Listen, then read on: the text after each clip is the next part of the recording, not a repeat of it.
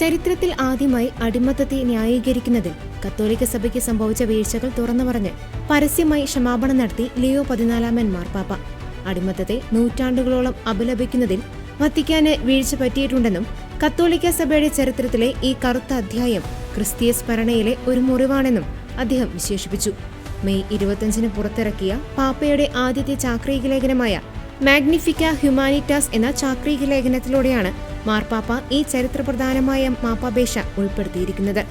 Artificial intelligence സാങ്കേതികവിദ്യയുടെ കാലഘട്ടത്തിൽ മനുഷ്യന്റെ അന്തസ്സ് കാത്തുസൂക്ഷിക്കേണ്ടതിനെക്കുറിച്ച് പ്രതിപാദിക്കുന്നതാണ് ഈ പുതിയ വത്തിക്കാൻ രേഖ.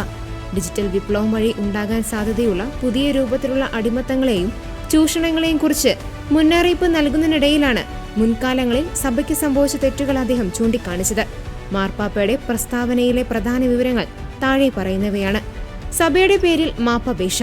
കർത്താവ് അളവറ്റ രീതിയിൽ സ്നേഹിക്കുന്ന മനുഷ്യരുടെ അന്തസ്സിന് വിരുദ്ധമായി മുൻകാലങ്ങളിൽ അവർ അനുഭവിക്കേണ്ടി വന്ന കടുത്ത പീഡനങ്ങളും അപമാനങ്ങളും ഓർക്കുമ്പോൾ ആഴമായ ദുഃഖം തോന്നാതിരിക്കാൻ കഴിയില്ലെന്ന് ലിയോ 14 മാർപ്പാപ്പ വ്യക്തമാക്കി.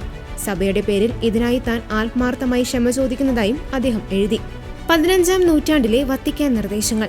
15-ാം നൂറ്റാണ്ടിൽ വത്തിക്കാൻ പുറപ്പെടുവിച്ച ചില കൽപ്പനകൾ ആഫ്രിക്കയിലെയും അമേരിക്കയിലെയും പ്രദേശങ്ങൾ കീഴടക്കാനും അവിടുത്തെ ജനങ്ങളെ അടിമകളാക്കാനും യൂറോപ്യൻ ഭരണാധികാരികൾക്ക് അധികാരം നൽകിയിരുന്നു. മുൻപ് പല മാർപ്പാപ്പമാരും അടിമ കച്ചവടത്തിൽ ക്രിസ്ത്യാനികൾ പങ്കാളികളായതിൽ ഖേദം പ്രകടിപ്പിച്ചിട്ടുണ്ടെങ്കിലും മുൻകാല മാർപ്പാപ്പമാരുടെ കൽപ്പനകൾ കൊളോണിയൽ അധിനിവേശങ്ങൾക്കും അടിമത്തത്തിനും വഴി തുറന്നതിനെ പരസ്യമായി അംഗീകരിച്ച് മാപ്പ് ചോദിക്കുന്നത് ഇതാദ്യമായാണ്.